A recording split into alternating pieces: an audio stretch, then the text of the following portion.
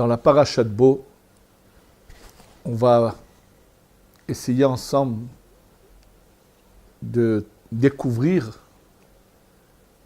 en fait le but de notre existence.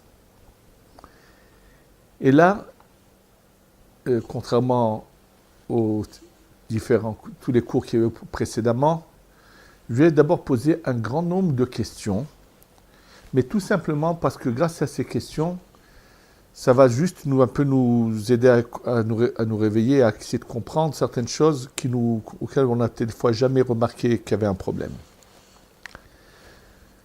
Question que j'ai déjà posée dans d'autres cours, bien sûr, dans les années précédentes. Par quoi commence cette annonce de la naissance du peuple d'Israël? C'est lorsque Hachem, Dieu, parle avec Moshe Rabbeinu et lui dit Achodesh hazeh lachem rosh chodashim rishonu lechodshei hashana. Il lui annonce que le mois de Nissan va être le premier mois de l'année. Or, quand on réfléchit, on doit se poser plusieurs questions.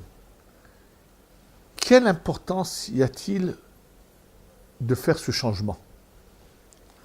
D'autant plus que les années telles que nous les comptons, si on voit le calendrier, on ne voit pas que Nissan c'est le premier mois de l'année, puisque c'est Tishré le premier mois de l'année. Lorsqu'on veut passer d'une année à l'autre, c'est en Tishré. Donc, par contre, c'est vrai que dans la Torah, à chaque fois que la Torah veut parler des fêtes ou de certains événements qui se passent dans le désert, comme les mois n'ont pas de nom à ce moment-là, les noms des mois vont venir bien plus tard. C'est qu'après le premier exil de Babylonie, que les mois vont avoir le nom qu'ils portent actuellement. Tishrei, Heshvan, Kislev, Tevet, Shvat, Adar, Nissan, Iyar, Sivan, Tammuz, Av, Elul. Mais dans la Torah, nous ne voyons jamais ces noms apparaître. Par contre, à chaque fois que la Torah veut parler d'événements, elle va parler en chiffres et elle va donner les noms des mots. On va savoir de quel mois il s'agit. Ça veut dire que le chiffre va correspondre à Nissan et non pas à Tishré.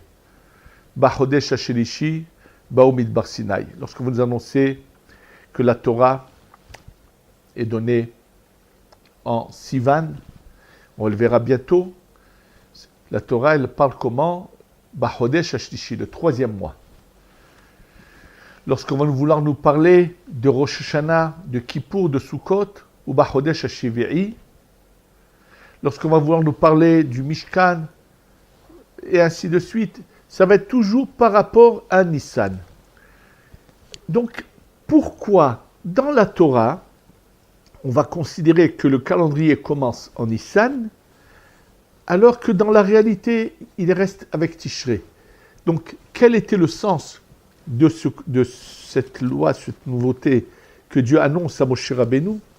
Et c'est par cela qu'il commence à Kadosh Baruch Hu, en annonçant cette nouvelle, en voulant lui parler de la sortie d'Égypte, puisqu'il lui parle le premier Nissan, il lui dit Achodesh hazeh lachem rosh chodashim. Et qu'est-ce qu'il lui dit après cela? Il lui annonce qu'il doit aller faire savoir à tout le peuple d'Israël que le 10 du mois, ils doivent tous faire l'acquisition d'un agneau pascal, alors que les années d'après, c'est la seule fois où l'acquisition va devoir se faire le 10 du mois, alors qu'en général, il n'y a pas ce problème.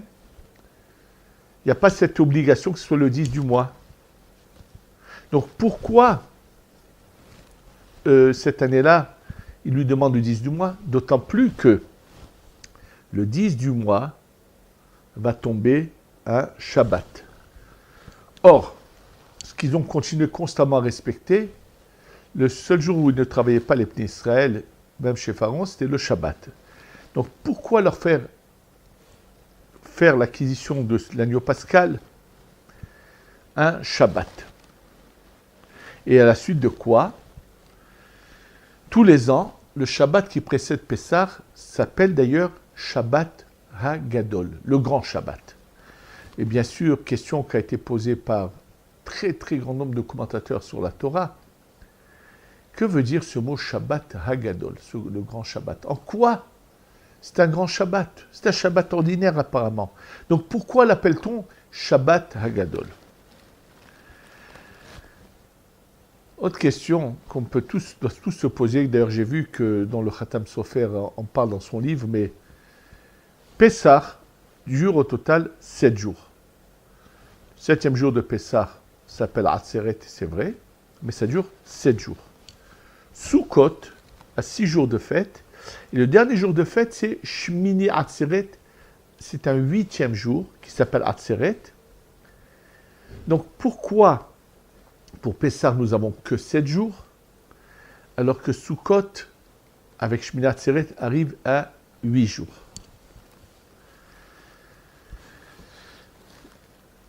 Si on cherche à comprendre qu'est-ce que représentent ces fêtes-là de Pessah, et depuis Pessah jusqu'à Shavuot, et de Rosh Hashanah jusqu'à Shmini Atzeret, jusqu'à la fin de Sukkot, ce qu'il faut savoir, qui est très intéressant, c'est ce que nous révèle la Kabbalah, et surtout vu par les paroles du Rashash, le Rashash Rabbi Shalom Sharavi, qui est venu nous éclairer sur ce que le Harizal a enseigné, et ce n'est pas sans raison que grand nombre de grands Mekoubalim, il y a plusieurs siècles, plusieurs générations en arrière, on dit du Rashash, que lorsque le Harizal, avant de mourir, a dit qu'il reviendrait expliquer ce qu'il a dit, il est revenu dans le Rashash, effectivement, éclairer et expliquer ce qu'il avait dit. Et là, nous explique le Rashash que bien que dans le Zohar, quand on lit le texte du Zohar, on nous dit que Pessah, ça s'appelle la sphira du Chesed, et Rosh Hashanah s'appelle la sphira de la Gvura. Il nous dit qu'en fait, ici, le mot Chesed et Gvura, c'est Pnimiyut et Chitzuniyut, intériorité et extériorité, c'est-à-dire que nous avons les jours de semaine et nous avons le Shabbat. Les jours de semaine s'appellent Chitzuniyut, quelque chose qui est extérieur, un peu profane, et Shabbat, c'est quelque chose qui est intérieur, qui est plus profond, qui est l'âme des jours de la semaine. Eh bien, c'est dans cette même optique que nous dit le Rashash, sache que de Pessah jusqu'à Shavuot, c'est le Shabbat de ce qu'on appelle les Zmanim, d'un temps, le temps à 2 formules, comme je l'ai souvent mentionné dans nos cours. Il y a la formule du temps qui est fixe, qu'on pourrait appeler masculine, qui est ce qu'on appelle les jours, Yamim, et ça, le Shabbat ne bouge pas dans ces jours-là. Et il y a une autre formule de temps qu'on appelle les Zmanim, féminine, qui a été donnée à l'homme, et l'homme a surtout entaché les Zmanim, c'est ça qu'on répare. Et donc le Rashash nous dit que de Pessah jusqu'à Shavuot, c'est le Shabbat des Zmanim, alors que de Rosh Hashanah jusqu'à Shmini Atzeret, c'est les jours de semaine des Zmanim. Or, nous savons que dans notre travail vis-à-vis de Dieu, je parle dans nos prières, dans ce que nous faisons, la Kabbalah nous enseigne que toute la semaine prépare le Shabbat. C'est une préparation au Shabbat. On commence par la semaine et ensuite vient le Shabbat. Et là, on assiste à l'inverse. Que lorsque le peuple d'Israël va naître, il va commencer d'abord par le Shabbat des Zmanim, et c'est que quelques mois plus tard qu'il va avoir les jours de semaine des Zmanim, c'est-à-dire à l'inverse de ce que nous faisons. Autre question qu'on devrait tous se poser également. Puisque l'homme, c'est lui qui doit parfaire la création du monde, il a un rôle à jouer. D'ailleurs, le monde a été créé de manière imparfaite pour que l'homme puisse ou le parfaire, ou malheureusement abîmer ce qui a été fait. Et le but est justement de qu'il y ait récompense ou punition, et récompense qui soit méritée par l'homme. C'est pour ça qu'on lui laisse parfaire la création. Or, nous savons que nous devons commencer par le dimanche. Pourquoi ? Parce que nous devons commencer par les jours de la semaine.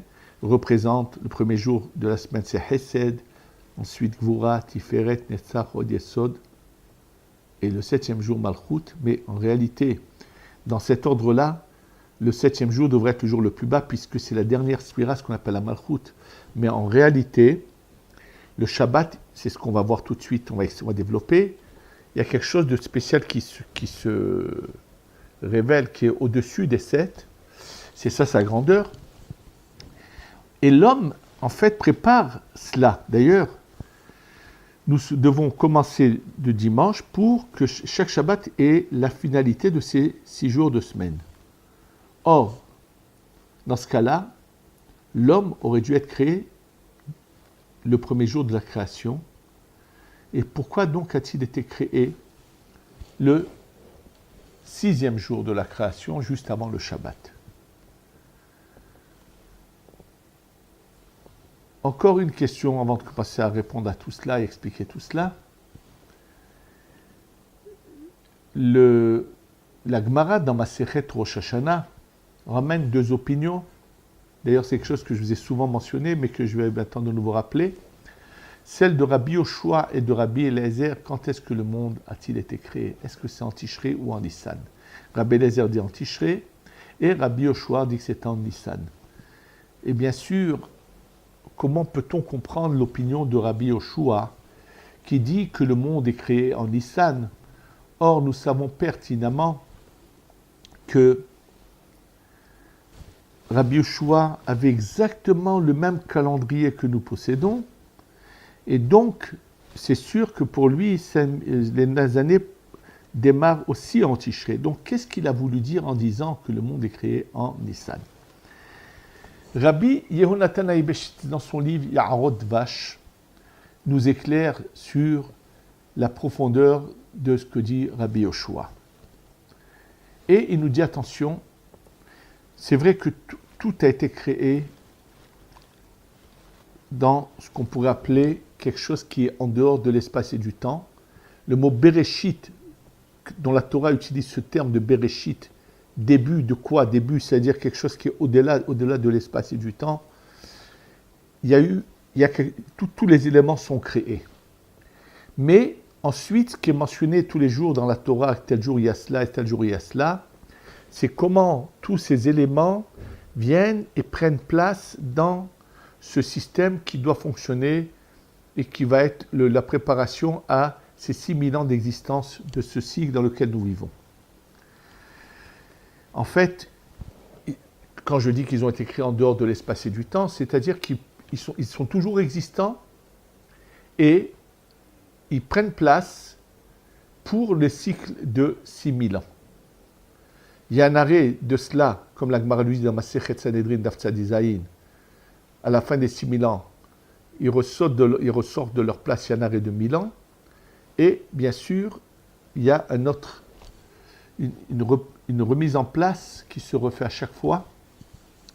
En tous les cas, on va voir par rapport à cette mise en place qui a été faite, quand est-ce que le soleil et la lune et les astres ont été mis en place.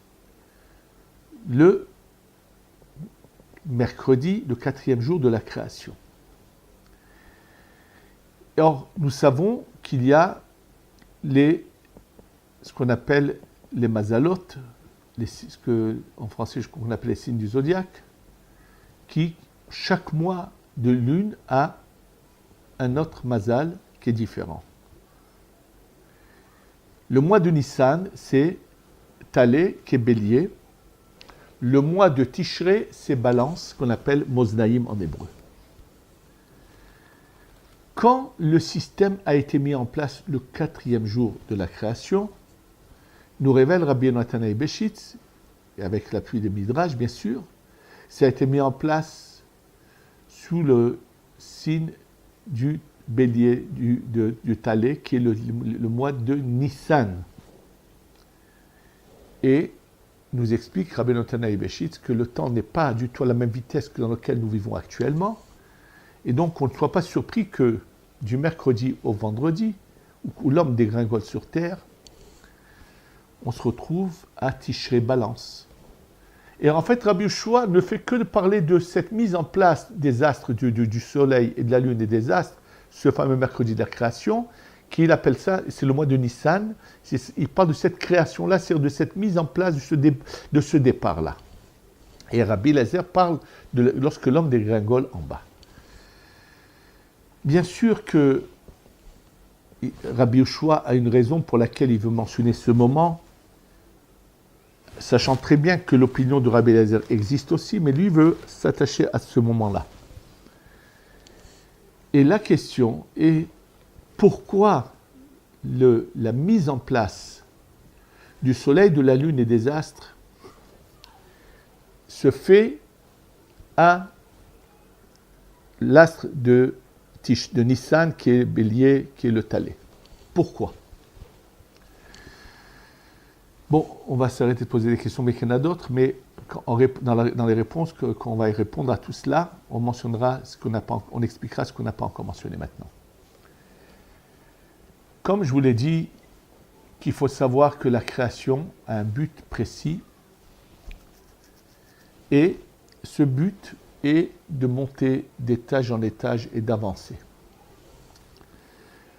Avant que tout cela démarre, nous savons bien sûr, quand on commence à ouvrir le livre de la Torah, Bereshit bara Elohim et hashamayim et haaretz, והארץ הייתה תוהו ובוהו וחושך על פני תהום, ורוח אלוהים מרחף על פני הארץ. On nous raconte ce qui se passe au début, mais on nous parle d'une période qui a précédé ce début. והארץ הייתה תוהו ובוהו. Qu'est-ce que veut se dire והארץ הייתה תוהו ובוהו? Que la terre était tohu bohu. Ce qu'il faut savoir, c'est que dans la lumière divine en descendant, arrivé au but qui va être de créer l'être humain, qui pour lui tout a été créé, et lui donner deux chemins à choisir, on va donner la possibilité au mal d'exister et de dominer et de régner. Et ensuite, Dieu va commencer à aider toutes ces âmes à faire un bon choix, va les aider. C'est-à-dire qu'il va y avoir d'abord une sorte de création que uniquement la Kabbalah nous développe et nous explique, de ce qui se passe si on va parler dans le temps, dans les jours, pour mieux avoir une image de cela. Alors, un des élèves du Rashash a donné des dates, c'est juste pour imaginer un peu de quoi il s'agit. Le mot Bereshit, bara Elohim et hashamayim et haaretz, qui est mentionné au début de la Torah, donc dans le temps, ça correspondrait au 25 Elul. Puisque le vendredi de la création, où est créé Adam Arishon, c'est le premier Tishrei. Mais le dimanche d'avant, c'est le 25 Elul, le lundi 26 Elul, mardi 27, mercredi 28, jeudi 29 Elul, et ensuite, premier Tishrei, c'est le vendredi de la création de l'homme. Maintenant, si on va avant le 25 Elul, en fait, un processus démarre le 17 Elul, qui correspondrait à un Shabbat, mais qui ne s'appelle pas un Shabbat, puisque, en fait, le mal va dominer et il va y avoir une imperfection de la création. Et donc, depuis le Yud Zayin Elul, commence à sortir une lumière qui en descendant, en s'habillant dans ce corps dans lequel elle doit cette lumière s'intégrer, il y a un règne, le règne du mal, qui est en fait, qui aboutit à la mort et à la destruction. Et cela se passe depuis le 17 Elul, 18, 19, 20, 21, 22, 23 et 24. Le 24, la dernière surya qu'on appelle la Malchut, qui a eu son règne aussi, et se détruit. Nous sommes présents dans c'est pas des jours, c'est des périodes, on ne pourrait même pas définir cela, puisque c'est quelque chose qui serait difficile à définir dans le temps, mais nous avons tous là existé, et en fait, c'est à ce moment-là que nous avons déjà défini notre rôle et notre place qu'on aura dans ce monde ce qu'on appelle du tikkun, de la réparation. Donc, déjà avec cela, on répond à beaucoup de choses. Quand on nous dit, mais qu'est-ce qu'il a fait, ce pauvre malheureux enfant qui est né d'un acte d'adultère, d'une femme mariée avec un autre homme et qui est ce qu'on appelle un mamzer. Mais ce qu'on oublie, c'est que cette âme de mamzer, c'est lui, dans le Olam HaTohu, qui a fait un choix qui va être projeté dans le Olam du Tikkun comme un mamzer. C'est-à-dire que finalement, on est à l'emplacement où on est arrivé dans le Olam HaTohu.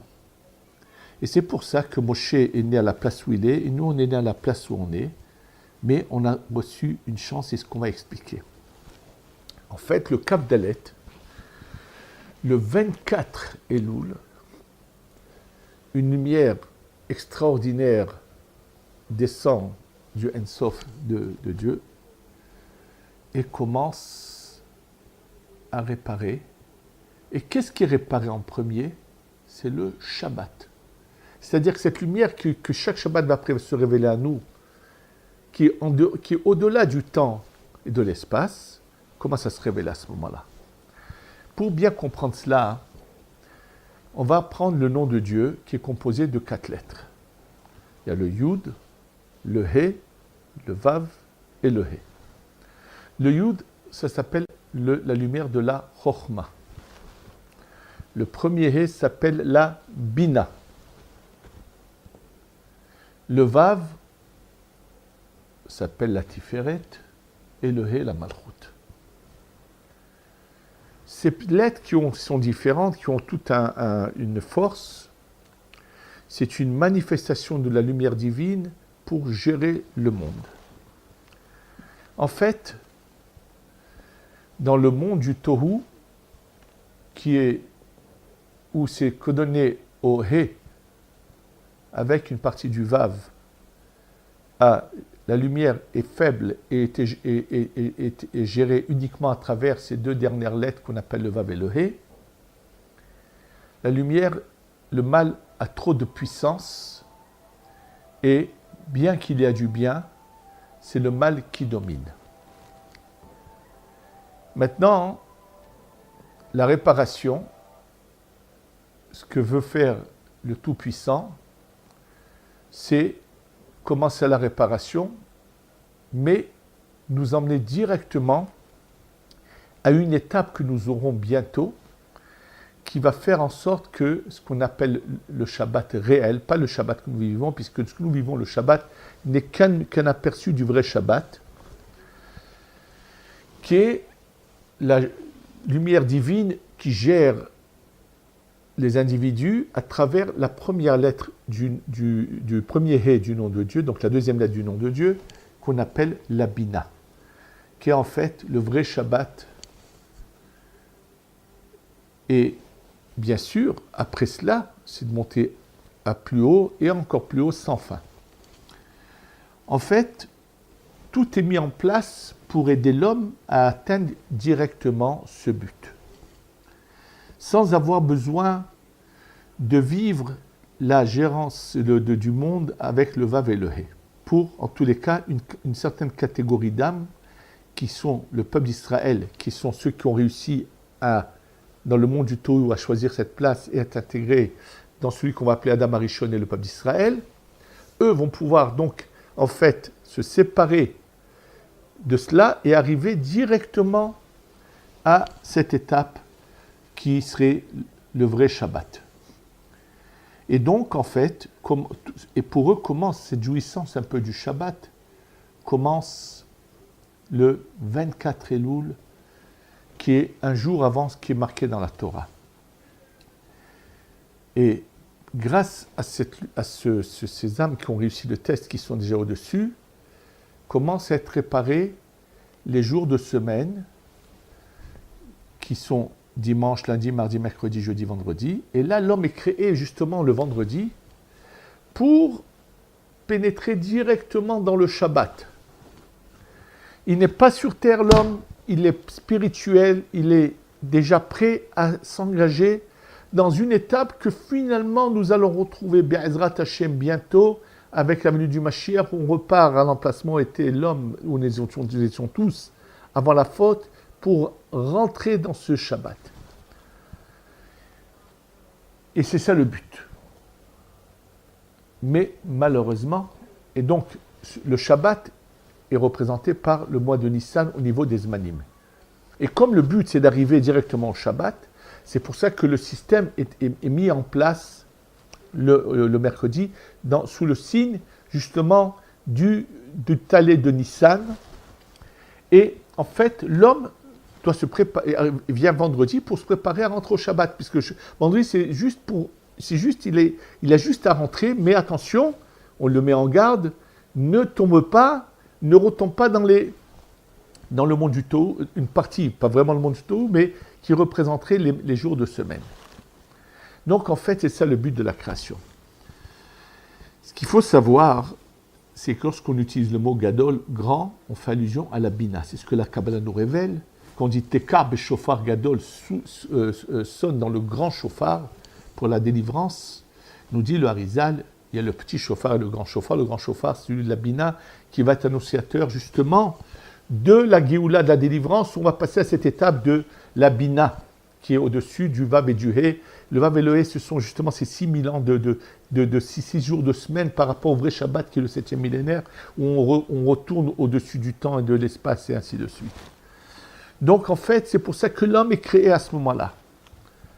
Et malheureusement, l'homme fait une erreur, dégringole, et donc il tombe, il fait un mélange, il se remélange de nouveau avec ceux desquels il s'était séparé dans le monde du Tohu, qui était lié à lui, mais dont il s'était séparé, et hop, de nouveau, ce mélange se fait. Une deuxième chance est donnée pour repartir à cette même étape. C'est Adam Arishon qui revient en réincarnation chez Avraham, Yitzhak et Yaakov. Et là, toutes les âmes du peuple d'Israël passent cette étape de l'Égypte, de souffrance terrible et tout, pour de nouveau se retrouver en place pour aller monter vers ce Shabbat.